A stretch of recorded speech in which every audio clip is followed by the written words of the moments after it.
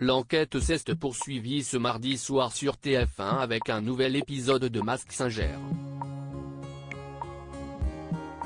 Après avoir déjà démasqué le bébé, le pain d'épices, le génie ou encore le koala, les 4 membres du jury Vita, Chantal Laizou, Jeff Panaclock et Kev Adams, ont tenté de percer le mystère du cobra. Un personnage pas comme les autres puisque derrière son costume se cachait une star internationale. Pour faire durer le suspense, la production de l'émission avait révélé en amont un premier extrait de son passage en plateau qui ne faisait guère progresser l'enquête. Un cliché sur lequel figuraient 20 drapeaux avait ensuite été partagé. Parmi eux celui de l'Algérie, de l'Angleterre, des Pays-Bas, du Brésil, de l'Allemagne, de la Turquie ou encore du Canada et des États-Unis. Mais il fallait attendre le portrait du cobra pour véritablement en savoir plus.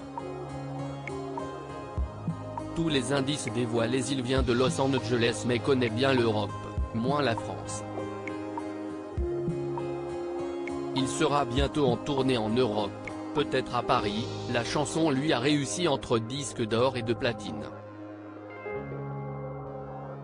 Il en a plus de 40, bande originale de films, comédie musicale, sans oublier les récompenses. Il a beaucoup de succès.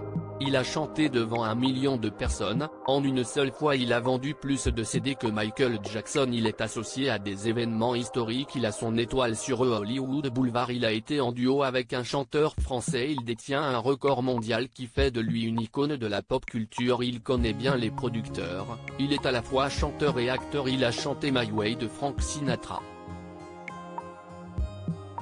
Avis des enquêteurs. Kev Adams pensait à Iggy Pop, comme Vita.